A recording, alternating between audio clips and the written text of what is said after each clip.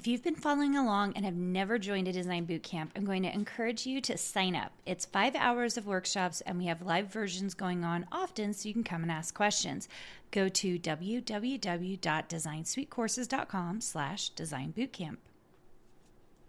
If you have been struggling to get sales from your design work or understanding what you really need to do to make money, I have the workshop for you. On September 23rd, I'm hosting my first ever Profitable Designer Workshop. This 1-day, 3-hour workshop is only $97, but I have a discount for all my podcast listeners. Go to carinagardnercourses.com/profit and put in the code podcast for $50 off. I can't wait to see you more profitable. Welcome to the Make and Design Podcast. I'm your host, Carina Gardner. On this podcast, we're unraveling the everyday joys and dilemmas of design, making, and business. For makers who want to be designers and for designers who are makers, this is your inside scoop to help you grow your business and bring more creativity to your life. Hey guys, this episode was prompted by something I recently went through. I am generally someone who, I don't really have panic attacks, but this last week, I finally started to recognize that these heart palpitations I was having, which didn't feel like good stress, it felt like, oh my gosh, I am totally overwhelmed. What is this? I think it could turn into a full-blown panic attack. And I need to really sit with myself and figure out what's happening, what's going on with me. So as I was kind of analyzing what happened after the fact, and you guys, I had this feeling it had been at least a week, you guys. That's a long time to have true heart palpitations to the point where you're kind of like, what is going on with me? What's happening? And just so you guys know, I am super healthy and I got through it and I recognized that I was stressed out. And I couldn't tell if I was just truly overwhelmed or if I was on the verge of a panic attack. So this is in no way medical advice. It's not. It's just, I just wanted to take a second and acknowledge that a lot of us have lots of undue stress going on in our lives, right? We all have struggles happening. And if we are paying attention to our bodies, paying attention to what we're feeling, seeing, hearing, doing, that we could maybe really sit with whatever's happening and kind of figure out what's going on. And what it did was I had started writing, what is happening with me? Why am I so stressed out? And I came up with these 3 questions I asked myself in this moment to determine what was really happening. And so I thought I would share this with you guys. It's pretty personal, a little bit vulnerable, but I know I'm not the only one out there who gets bogged down in her work or gets bogged down with the struggles going on with her children or is feeling uninspired or I have no idea what's happening in your life, but I just want to tell you that I'm here for you. I'm here with you because if you haven't figured out on this podcast yet, my life is not perfect by any means. And I feel like I am here to be your coach and your cheerleader while you are going through tough times. And if anything in this podcast just helps you a little bit, that's what I'm here for. I'm just grateful to be a part of your life for it. So let me tell you some things that have gone on. My company, my little business has been growing. And we've been hiring new team members, okay? And I had hired our 4th team member, okay? So we're not very, very big, but just big enough, when someone has been like me for years and years and years, just doing it by herself, happy to be just a designer, doing all the things that I love to do, but then to suddenly start scaling, okay, that's scary in and of itself, right? So I just hired our 4th person. And I had some things happen in the last design bootcamp that made me rethink things like our enrollment process. I really wanted to make sure our members were happy. You guys, I am a people pleaser, and I'm always trying to buck that a little bit, but it's hard. And I just want anyone who works with me, I always want them to have an amazing experience. I want them to know they're heard, they're loved, and I just enjoy them, and that they are getting as much value from me as I can give. Like, I really want to have that service, and I want to give that service. And so, but that's really hard when you're trying to do that with a lot of people, right? And so I've been thinking about it, trying to figure out the best ways to do it. And I was under the gun for some other deadlines. In particular, you guys, my fabric line needed to be done by October 1st. And so I was feeling all the stress because I knew I didn't have time to work on it. Like, I had all these other things lined up that needed to be taken care of, and I was trying to fit it in with all the other things I had going on. So that just gives you a little bit of background before all of this kind of started. So I first started noticing the palpitations like on a Thursday of last week. I started feeling it, and I just thought, okay, I'm a little overwhelmed. It's going to be okay. Oh, I will tell you guys the thing that set it off. The thing that set it off was my external drive. I have so much data. If you're a designer, you understand this. So much data. I have over 12,000 products. Like, I have so much data. And I have a 5 terabyte drive, and some little virus must have gotten on it because it deleted only one folder. Like, it just disappeared. And I was running all this recovery software on it, and I had backups, so I didn't lose that much, but I lost future things I hadn't posted yet. And it was about 2 months worth. And so in the scheme of things, not that big of a deal considering I've been designing for 15 years. But that kind of is the thing that, like, I had this full week, I had the next week planned, and it's like the thing that set it off. Do you know what I mean? Have you guys ever had that? You have like the thing that sets it off, okay? So I'm right there with you if you've had that, all right? It's like the trigger point. So here are the 3 questions I asked myself as the week was going on, and kind of as I came to a close of that week, and I knew that like a lot of these deadlines were going to go away, and that I had done my best, okay? So if you are in maybe not a panic attack, because I wasn't there really yet. I knew that I was feeling a certain amount of stress, and I was like, I do not want this stress to continue. I don't want to feel this way, because you guys, I'm sure you've heard of it. People can get addicted to that feeling, right? Like, they're always in survival mode. They're always like trying to do the thing. Like, I was like, I do not want to be there. I don't want to be addicted to this. Like, this has gone on for a few days. How do I get rid of it? Okay. And it did last 7 days, maybe 8 days, where I was doing things to calm myself, to soothe myself so that I could get out of that place. Okay. But here are 3 of the questions that I kind of asked myself, and I determined whether I could change what I was doing to help myself feel better, to have a breather, to start the heart palpitations, to really like be able to like just relax, okay? So the first question I said to myself was, are you getting enough rest, Carina?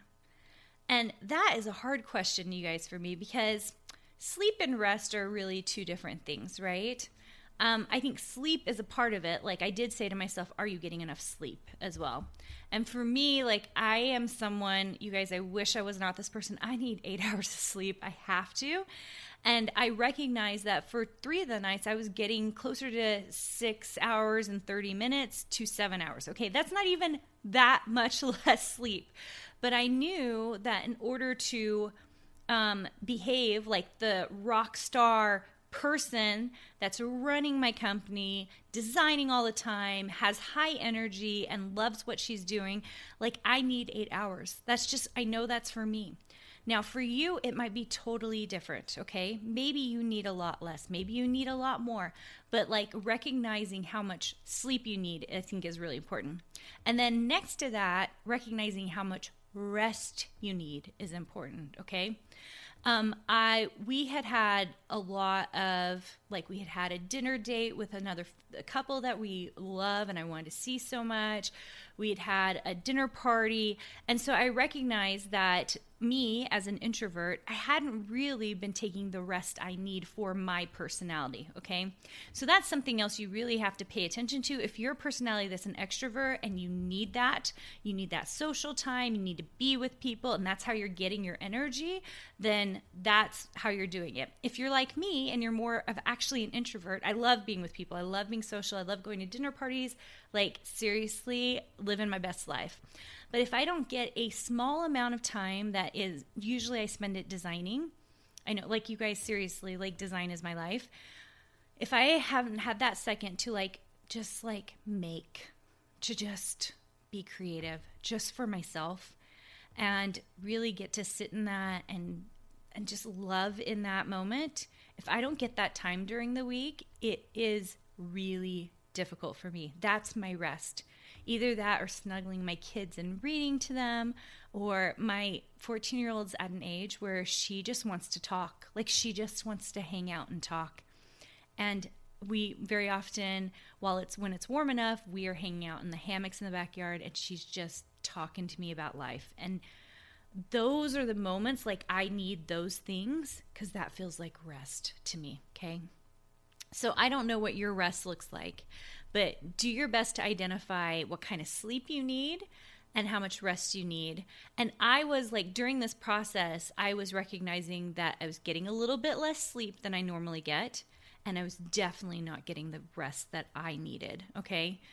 My rest needs are different than yours though, okay, right? So then the second question I asked myself, so then I was like, okay, so how do I make all these heart palpitations and how do I feel less stressed out?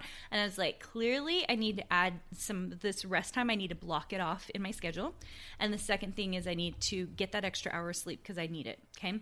So then the second question I asked myself is, what is really going on here? Okay. If you've ever been to therapy, you'll know that there are emotions that mask other emotions. So for example, anger very much actually is masking sadness. So if you're angry about something, you're producing kind of a powerful emotional response. But underneath of it, the reason you're so angry is because there's all this sadness looming underneath. Okay. So in situations in life, if you your kids are losing at you, if whatever's happening to you, I've done this very often with my kids. They're so angry or sad about something that happened at school, and I have to always ask myself the question, what is really going on here? What's really happening? And once you start breaking things down with the other individual or even yourself, which is what I was doing here, you start to see that the thing that's on the surface that you think is the big struggle, it's actually not that. It's always something underneath. It's always something underneath.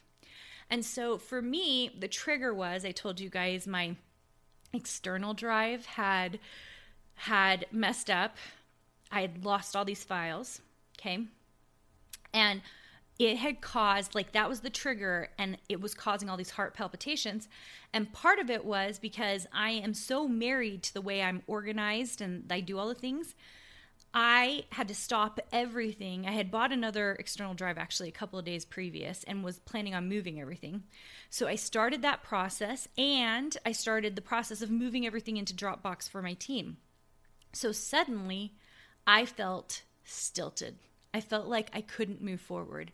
I needed to spend all this time on my computer, making sure all the files were moved over, making sure everyone on the team had stuff, and then making sure I had backups of everything. Because that had been my saving grace a little bit for all this stuff that happened. Because even though I had lost some things, I had most of it. Because it had all been sitting on every drive, because I switch out my drive once a year. In fact, this drive had been called my 2021 drive. I just pulled out my 2020 drive. So what I lost were my SVGs from January until September. So that's what I had lost, okay? And it really wasn't that big of a deal because most of those had been submitted. And so I'm going to have to go get a bunch of stuff, okay? It's not going to be that big of a deal. But it broke up my rhythm. It messed everything up for me. And sometimes when we have a break in rhythm like that, it feels chaotic. and you don't feel in control. And so that's what I was recognizing was going on with me, is that it felt like there was this high level of chaos and I was not in control, okay? No one likes to not feel like they're in control, really and truly. The other thing is, it felt like I was spending all this time trying to do recovery software that did not work, that I could not make happen. And I kind of thought, oh my gosh, here I am, like trying to do all the things, and I'm wasting so much time that I should be spending with my family. I'm wasting so much time, like struggling through all this stuff. And so that's really what the cause, like that trigger caused, right? It wasn't that I lost the actual files. Yeah, that was a bummer, okay? It was like this feeling of being thrown into chaos. That was the thing. And maybe if I was digging really deep, I would maybe dig into some kind of childhood thing where not feeling like being in control had ruined my life, right? You don't have to go that deep. And actually, I didn't either, because just recognizing that it was really the chaotic feeling I felt and being disorganized, that was the thing that really was bothering me. That was the thing that was causing me stress, because I just have a lot of things going on and I needed to make sure that everything was organized for my team and myself, okay? So that was my question. What is really going on here? The third question I had was, am I in flight or fight mode? You guys have heard this before. Generally, we are someone who either fights or runs away from the problem, okay? And I'm kind of a fighter. So I was fighting my way through the week. I was just fighting my way. I was like, I am going to get to all my meetings. I am going to like get this, and this done. I am going to finish my deadlines, okay? So I was in fighter mode, which is a survivalist mode. And because I was in that mode, it was causing even more heart palpitations, because it was like my body was saying, we're fighting, okay? So if you're someone who's a flight person, you become stilted, right? Like you might not even care about anything, because you're just like, I can't care, because if I care, then I'll be so stressed out, I can't handle it, right? So kind of recognize if you're a fighter or a flighter. So those were the three questions I asked myself. Am I getting the sleep/rest that I need? What is really going on here? And the third is, am I in fight or flight? Okay. Now, these seem like really obvious questions. They did to me anyway. Seem like obvious questions, but when I sat and actually analyzed what was happening, you know what happened, you guys? My heart started to calm down.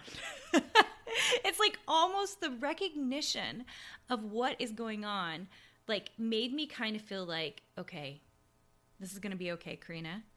It's going to be all right, okay? And then from there, I kind of said to myself, what really has to happen? Which deadlines matter and which do not, okay? I had promised all these files to one of my team members. I couldn't get it to him. I took a step back from that. I moved it to a different date, and it was fine. Generally, it's always going to be fine. It's just really hard in the moment to sit and think, what really has to happen? And I am happy to say that I'm feeling a lot better. I think had I kept in that route, because I generally think that before, especially when you're really, really to the point of overwhelm, there is like some lead ups, like things that, and then a trigger point, right? And then there are things that happen. So it's just like, what can you do to stop all of that? Okay. Like kind of take a step back and breathe a little bit. I will say I spent some time breathing, you guys, like not true meditation, because I don't know that I'm a great meditation girl. It's like one of those things I aspire to, but I don't do. Instead, I journal, and will spend some time writing out what is going on with me so that I can like process it. And I breathe. I will just stop and I will just breathe. When's the last time you just stopped and took some deep breaths? So that's what happened with me. If you can relate, feel free to come tell me so on Instagram, since this is my only thing about podcasts. I can't like talk to you directly. And I want you to know that everything is going to be okay. There are lots of hard things we've all been through. I speak from experience, and it's it's going to be okay. Is it going to be the same? Maybe not. Is it going to be hard? Absolutely. But it's going to be okay. All right, guys. I hope that I did an episode like this in the hopes that it helps some of you. If you're having a rough go, know that you are not alone, and go seek some help if it's elevated. But if it's not elevated, ask yourself these 3 questions and take some deep breaths, because it's going to be okay. Hey, did you know that you can visit me at makeanddesign.com to learn more about this podcast and join my VIP group for weekly freebies? I can't wait to see you there.